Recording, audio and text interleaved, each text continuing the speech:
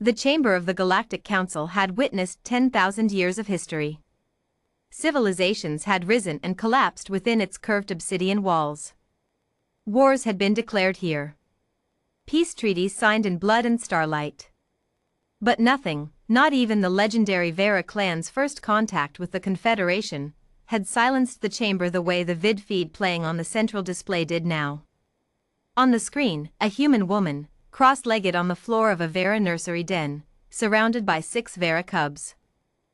The cubs, apex predators in miniature, with armored ridges along their spines and retractable claws that could slice durasteel, were climbing over her like she was a piece of playground equipment. One had its jaw clamped around her forearm. She was laughing. Counselor New York of the Therian Assembly leaned toward his colleague and whispered, "Is she letting it bite her?" "It appears so," said Counselor High of the Meridian Cluster, his 4 eyes blinking in sequence. Voluntarily. At the long diplomat's table, Kale Vera, clan leader of the most feared predator species in the known galaxy, sat with his arms folded and his expression unreadable. His armored chest plates were decorated with kill marks from 43 campaigns. His claws had ended the Soren uprising personally. He had once stared down a dreadnought-class warship with nothing but a plasma blade and a bad temper. He watched the vid feed and said nothing. It was Counselor Wa of the High Bench who finally broke the formal silence. Clan Leader Vera. "We have called this emergency session because, frankly, the Council is struggling to comprehend your decision. You have placed cubs, heirs to the Vera lineage, under the care of a human.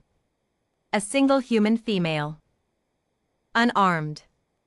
Kale's eyes, amber, vertical-pupiled, unsettling to most species, moved slowly from the screen to his face. "Yes," he said. "That is." Was searched for a diplomatic phrasing. "Unprecedented." "Many things humans do are unprecedented," Kale replied. On the screen, the human, Mara Ellison, her file read, age 31, former pediatric emergency specialist from a planet called Earth, now stationed at Vera Outpost 7, had extracted her arm from the cub's mouth and was now scratching behind its ear ridges. The cub, which could bench press a small ground vehicle, went limp with pleasure. Its legs kicked in the air. Counselor Me of the Outer Rings made a sound that might have been disgust, or awe, or both. "She's not even afraid of them." "No," said Kale. "She is not." "How is that possible?" asked Counselor Joe of the Central Worlds, who had pulled up Mara Ellison's service record on his personal datapad and was reading with an increasingly alarmed expression. "She has no combat augmentation. No neural threat response dampeners. No biochemical fear suppression treatment on record. She simply isn't afraid." "Humans have an unusual relationship with fear," Kale said. "They experience it fully. They then do the thing anyway." He paused. "We find this difficult to explain. We have decided it is better simply to use it." The vid feed shifted. New timestamp. 3 weeks earlier. Mara Ellison had arrived at Vera Outpost 7 on a medical aid rotation. She had not known, when she accepted the posting, that the Vera clan had recently lost 3 caretakers, 2 of them mechanical, one a Therian volunteer who had lasted 9 hours before fleeing in psychological distress. The Vera nursery den held 11 cubs between 3 months and 2 years of age. Cubs that needed stimulation, handling, social bonding, and nutritional management. Cubs that bit. She had walked into the den on her first morning, looked at 11 sets of glowing predator eyes in the dimness, taken one long breath, and said aloud to no one in particular, "Okay. Hi. I'm Mara. Which one of you is going to be the problem child?" The smallest cub had promptly launched itself at her face. She caught it. Tucked it under her arm like a football. It hissed. She scratched its chin. It stopped hissing. The security footage had been reviewed 16 times by senior Vera staff. It had been shared, eventually, with Kale himself. He had watched it once, in silence, and then made a decision that sent tremors through diplomatic corridors across 6 star systems. He had made Mara Ellison the permanent head of Vera Cub development at Outpost 7. She used to work in a place called a children's hospital, Kale told the council now. His tone was matter of fact. On Earth, she managed critically ill young of her species. Under conditions of extreme pressure, with limited resources, surrounded by suffering. She did this for 9 years. He looked around the chamber. She already knew how to read distress signals in a being that could not speak its pain clearly. She already understood that a creature in fear bites, not from malice, but from survival.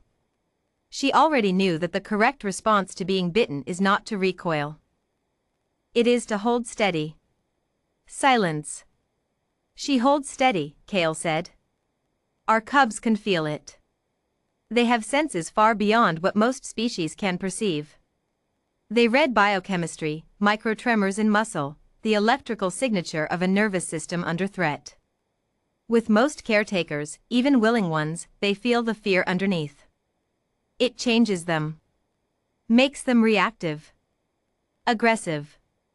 He turned back to the screen, where Mara was now bottle-feeding a cub that outweighed her by 30 kilograms.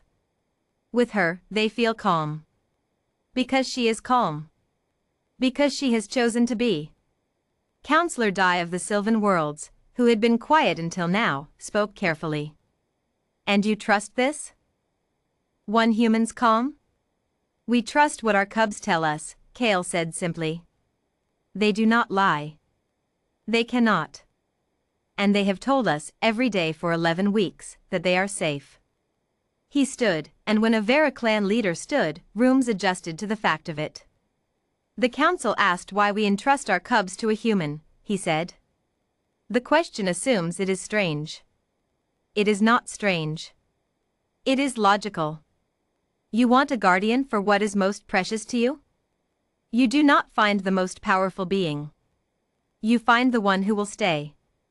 Who will hold steady when everything in their biology screams to run. Who will look at something terrifying and choose, deliberately, to be present anyway. He glanced once more at the screen. Mara Ellison had fallen asleep on the nursery floor. 3 cubs were curled against her. 2 more were using her legs as a pillow. Humans do not stay because they are unafraid, Kale Vera said. They stay because they are afraid. That is a distinction the rest of the galaxy has not yet learned to appreciate. He gathered his things. We are learning, he said. Class dismissed. The council chamber did not recover its noise for a very long time.